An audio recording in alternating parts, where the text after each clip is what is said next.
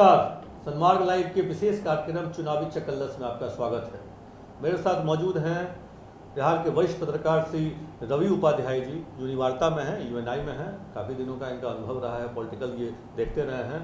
बिहार में चुनाव चरम पर है। आज दूसरे चरण के लेकिन पहले चरण के नामांकन के लिए एक तरह से भीड़ भी लगी हुई है। दूसरे चरण का नामांकन भी शुरू हो चुका है। वैसी स्थिति में बहुत सारे घटनाक्रम भी बहुत तेज़ी से हो रहा है।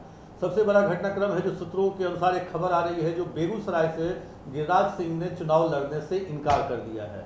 वहीं दूसरी तरफ महागठबंधन में जो तकरार था दरभंगा सीट को लेकर के, उस पर मुकेश सहनी लड़ना चाहते थे। शायद वो तकरार अभी चल ही रहा है। उसे सूत्रों से ये भी खबर आ रही है जो वो सीट आरजेडी के खाते में चला गया है। अब आरजेडी के कैंडिडेट कौन होंगे वो आने वाला समय बताएगा। मुकेश सहनी को खगड़िया की ओर ट्रांसफ़र कर दिया गया है। तो इन्हीं सब मुद्दों पे बात करेंगे रवि जी से। रवि जी, सबसे पहले बात करेंगे एनडीए में, क्योंकि जिस तरह से गिरिराज सिंह ने इनकार कर दिया है चुनाव लड़ने से, तो इसे क्या माने? जो एनडीए में उठापटक चल रही है या गिरिराज की नहीं सुनी गई? देखिए, गिरिराज जी पिछले चुनाव में 2014 के लोकसभा के चुनाव में वह बेगूसराय से लड़ना चाहते थे, लेकिन दुर्भाग्यवश उनको, या सौभाग्यवश जो कहा जाए, वो उनको लड़ना पड़ा नवादा से। उनकी कभी इच्छा नहीं रही कि वो नवादा से लड़ते। इस बार उनकी इच्छा के बगैर विपरीत उनको जो है सो भेज दिया गया बेगूसराय। वो बेगूसराय लड़ना नहीं इस बार चाह रहे थे। अब क्या कारण है हम नहीं कह सकते कि पिछली बार लड़ना चाह रहे थे, इस बार नहीं लड़ना चाहते थे। ये तो गिरिराज जी ही बता पाएंगे, क्योंकि वो बड़े कद के नेता हैं।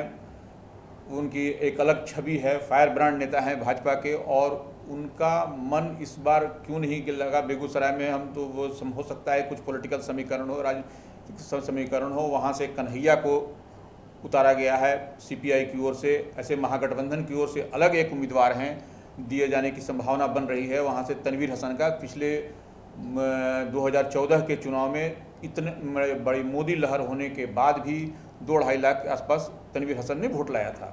तो ये वहाँ से ऐसी उम्मीद लग रही है कि तनवीर हसन जी ही वहाँ से राजद के उम्मीदवार होंगे, और इधर सीपीआई से दे दिया गया है इनको, कन्हैया जी को।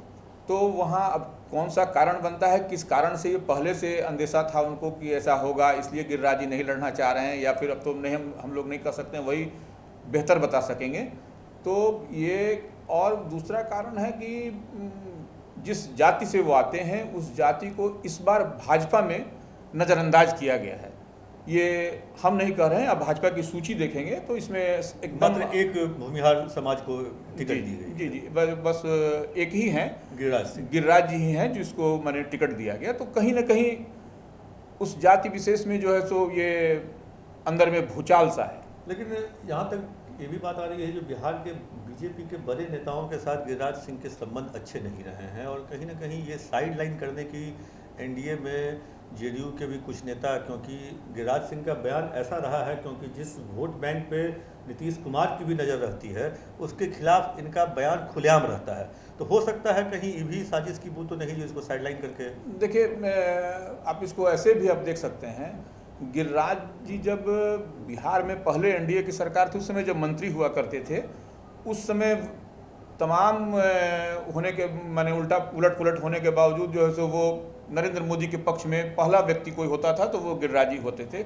और उस समय हर हर मोदी, घर घर मोदी अपना बोलते रहते थे। तो वो मोदी के अंधभक्त माने हम लोग कहते थे उस समय में, जबकि कोई आदमी उतना भक्ति नहीं दिखाता था, और मैंने खुल करके बोलता भी नहीं था उनके पक्ष में। या बिहार के जो भी आज के डेट में बड़े नेता हैं वो भी नहीं बोलते थे, सिवाय गिरिराज सिंह को छोड़ करके, नंबर 1।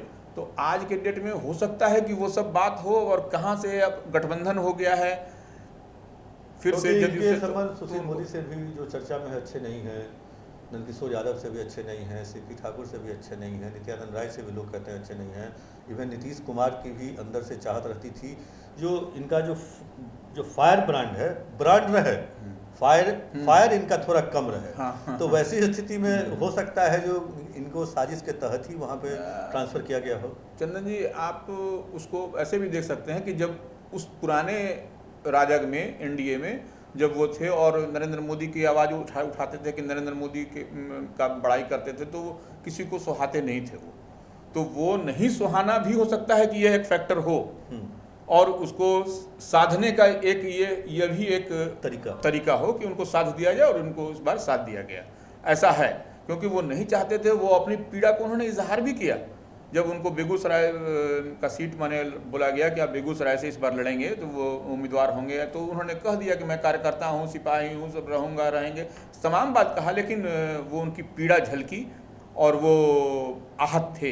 बेगूसराय उनको भेजा गया था तब। एनडीए में महिलाओं की भी भागीदारी बहुत कम दिखी, मात्र 3 उम्मीदवार पूरे एनडीए में, तीनों पार्टी से एक उम्मीदवार केवल। हाँ, नहीं तो महिलाओं के लिए तो हर पार्टी में देखिए कमोबेश वही स्थिति है। ये लोग बोलते हैं कि महिला सशक्तिकरण, तमाम बातें होती है, लेकिन जब टिकट देने की बात आती है और संसद में भी बोलता है लोग इतनी भागीदारी होनी चाहिए, लेकिन भागीदारी की जब बात आती है तो ये लोग महिलाओं को तो नज़रअंदाज कर देते हैं। वो वहाँ पर लोग इनफैक्ट महिला और ये पुरुष की बात नहीं, वैसे वो पहलवान लोग देखते हैं, कौन पहलवान मजबूत है, चुनावी दंगल में कौन पहलवान उतरेंगे कि उनको पछाड़ दें। अब देखिए पार्टियों का लिस्ट भी जो है सो महागठबंधन का जो आ रहा है, वो क्यों लोग वेट एंड वॉच में है। वेट एंड वॉच होने का मतलब है कि कौन से पहलवान उधर से आ रहे हैं, हम उसी हिसाब से हम पहलवान देंगे। तो वो पहलवान, महिला पहलवान अगर यदि उसमें देखिए, अब जैसे कविता जी हैं, तो कविता जी इन लोगों को लगा कि बहुत अच्छी पहलवान है, क्योंकि वो उनको नहीं देख रहे हैं, वो पहलवान के पति को लोग देख रहे हैं। तो ऐसे भी आप देखिए, एक तो खगड़िया उगड़िया में भी जो एक आ रहा है कि उधर से रणवीर यादव की पत्नी लड़ेंगी, हाँ कृष्णा यादव लड़ेंगी, तो वो क्या है, तो वो कृष्णा यादव को देख के थोड़ी हो रहा है, रणवीर यादव को देख करके ही हो रहा है। सर ये लग रहा है जो जिस तरह से एनडीए में बीजेपी के जो 7 सिटिंग एमपी को टिकट काटा गया, उसका कुप्रभाव कुछ पड़ेगा चुनाव पर, एनडीए के सेहत के लिए कुछ अच्छा रहेगा कि हमको नहीं लगता है जो अच्छा रहेगा। देखिए चंदन जी, आप भी लंबे समय से देख रहे हैं और आपको हमको नहीं समझ में आता है कि हमको बताने की ज़रूरत है, लेकिन हाँ ये समझने वाली बात होगी कि हर विधानसभा, लोकसभा या किसी तरह का जब भी चुनाव होता है और ऐसे उम्मीदवार जो सिटिंग हैं उनको आप काट देते हैं, तो वो कहीं ना कहीं वो तो उसका इम्पैक्ट होगा चुनाव में। हो सकता है वो सामने ना आए, लेकिन पीछे से अंदर खाने में वो तो कुछ ना कुछ वो चितपट करेंगे और उनकी भूमिका होगी इस बार, क्योंकि वो अब देखिए हर जगह से एक्शन रिएक्शन हो रहा है। आप यहाँ देखें, झारखंड देखें, कहीं पर भी देखें, हम तो देख रहे हैं, मैंने क्लोजली मॉनिटर कर रहे हैं कि उसको कि लग रहा है कि ये लोग चुनाव में वो लोग भीतरघात होगा। हम जो एनडीए की सूची देखें जिसमें 6 या 7 सिटिंग कैंडिडेट होते हैं, जेडीयू में कहें तो 2 ब्रांड न्यू हैं, गोपालगंज और सीतामढ़ी। कविता सिंह एमएलए हैं, लेकिन लोकसभा का उनके पास एक्सपीरियंस नहीं है। जहानाबाद में चंद्रवंशी लोकसभा नहीं लड़े हैं, ना वो विधानसभा लड़े हैं। तो वैसे स्थिति में अगर मिला जुला के देखें तो एनडीए में ब्रांड न्यू कम सिटिंग को हटा के स्थिति ठीक है।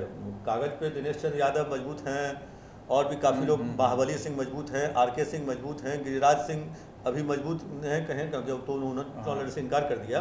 तो वैसी स्थिति में एनडीए की सूची और महागठबंधन की जो सूची अगर आप मिला के देखिएगा तो कागज पे नेक टू नेक, मुझे लग रहा है नेक टू नेक है, नेक टू नेक होगा। अब देखिए ना, अब जहानाबाद का ही सीट हम आपको बताते हैं, चंद्रवंशी जी, चंद्रेश्वर प्रसाद चंद्रवंशी जी को एनडीए ने बनाया है, माने जदयू की ओर से वो खाते में सीट गई है, तो वहाँ से उम्मीदवार बने हैं। तो वहाँ से उम्मीदवार बनने का ये वो जैसे हमारे पास सूचना है, कल वो गए थे वहाँ, तो कल जाने के बाद उनका बहुत विरोध हुआ जहानाबाद में। जहानाबाद में कौन लोग विरोध किए?